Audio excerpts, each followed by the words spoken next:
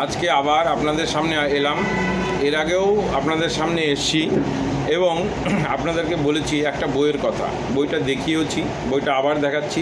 এই দেখুন বইটা হলো, বইটার নাম খাবার যখন ওষুধ।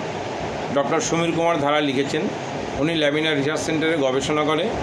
তো এই যে খাবার যখন ওষুধ, তো বিষয়টা নিয়ে আরও আমি বিস্তারিতভাবে অনেক নিজের চিন্তা ভাবনা করে আমি যেটা রিয়েলাইজ করেছি এবং আরও পড়াশোনা করে যেটা পেয়েছি, সেটা হলো যে food is our medicine. Not only that, food is our first medicine, food is our last medicine. দেখুন, আপনি যদি ভালো করে ভাবেন যে যখনই আমাদের কোনো শরীর খারাপ হয় বা অসুস্থ হই আমরা, তখন আমরা গাছ পাতা পোতা এগুলো কিন্তু খাই আমরা। এবার গাছরা যেগুলো আমরা খাই, খেয়ে আমাদেরকে নিজেদেরকে নিরোগ করার চেষ্টা করি, সুস্থ করার চেষ্টা করি, তাহলে কী হলো, সেটা প্রথম ওষুধ হলো আমাদের, অর্থাৎ ফুড, সেটাই হলো প্রথম ওষুধ। এবং আপনি যদি দেখেন, অনেক সময় আমাদের গ্রাম বাংলায় দেখা যায় যে লোকটা অনেক বয়স হয়েছে, সবাই বলছে যে মরে যাবে, আর বেশি দিন বাঁচবে না।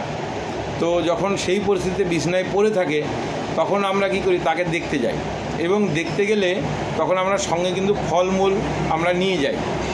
এবং দেখা যাচ্ছে যে এরকমও দেখা গেছে যে ওই ফলগুলো যখন আমরা নিয়ে যাচ্ছি দিচ্ছি, তখন সেই বাড়ির লোকগুলো ওই ফলের রস খাইয়ে ওনাকে কিন্তু রাখে।